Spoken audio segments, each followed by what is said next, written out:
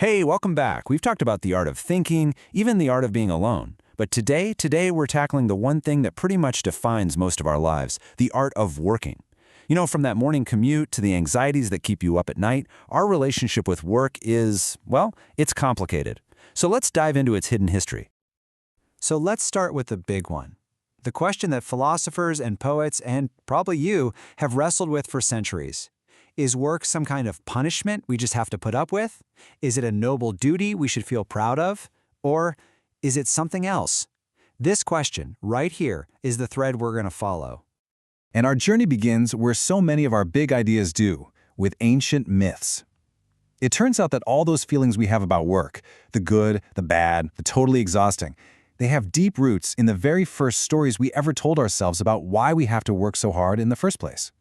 If you look at the major origin story in the West, from the book of Genesis, work doesn't show up as a gift. Oh no, it's a curse. It's the direct fallout from what Adam did in the garden.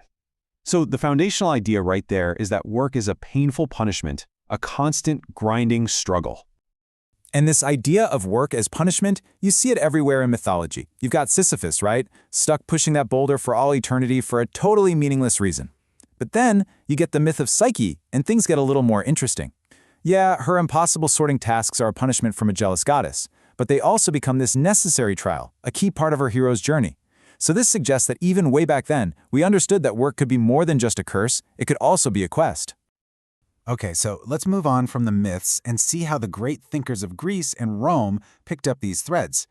If work is this weird, complex thing, part curse, part quest, then what did they think the ultimate point of it all should be?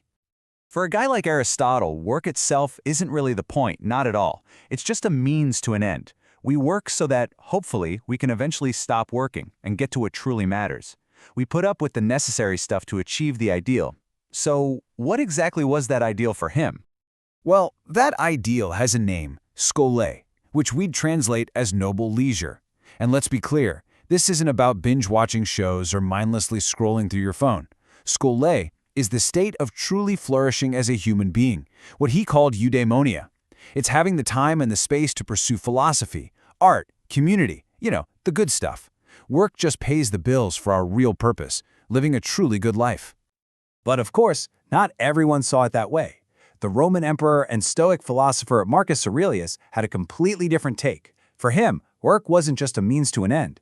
It was an end in itself, a core part of what it means to be human. It's a duty you owe to the world, and maybe more importantly, to yourself. You see, the Stoics looked out at nature and they saw purpose everywhere. The ants, the spiders, the bees, they all have a job to do. And by doing that job, they play their part in the grand order of the cosmos. So for a Stoic, to refuse your work is to refuse your own nature.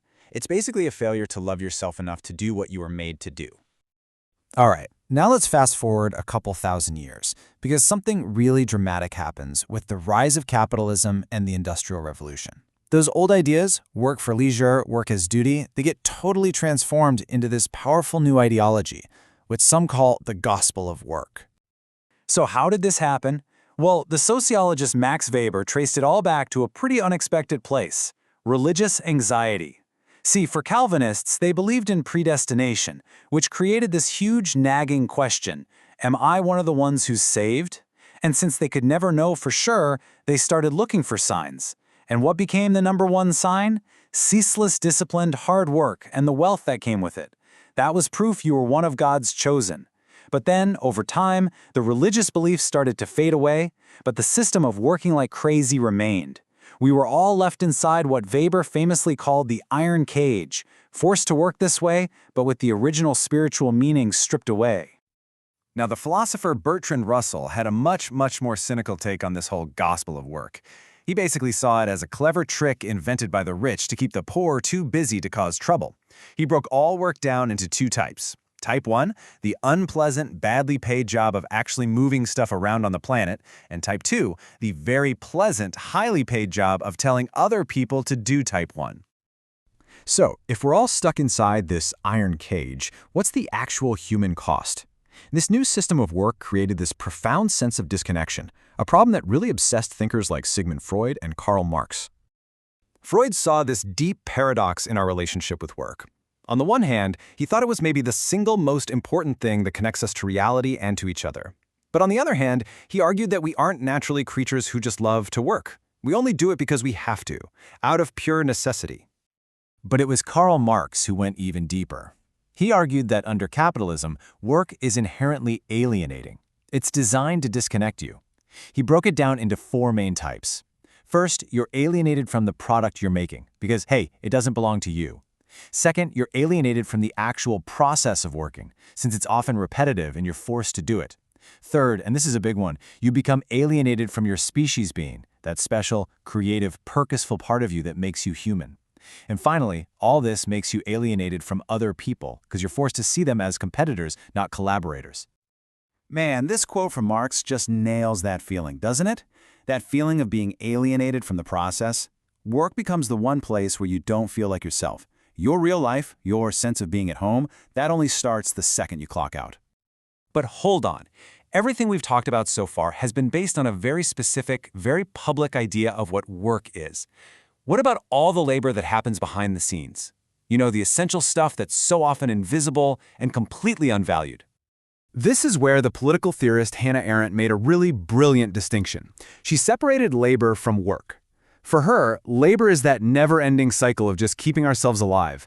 Cooking, cleaning, childcare. It's consumed almost as soon as it's made. It leaves no permanent trace.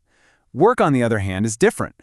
That's the act of creating a durable, lasting world of things, like tools, buildings, art. And historically, our society has valued work way more than labor.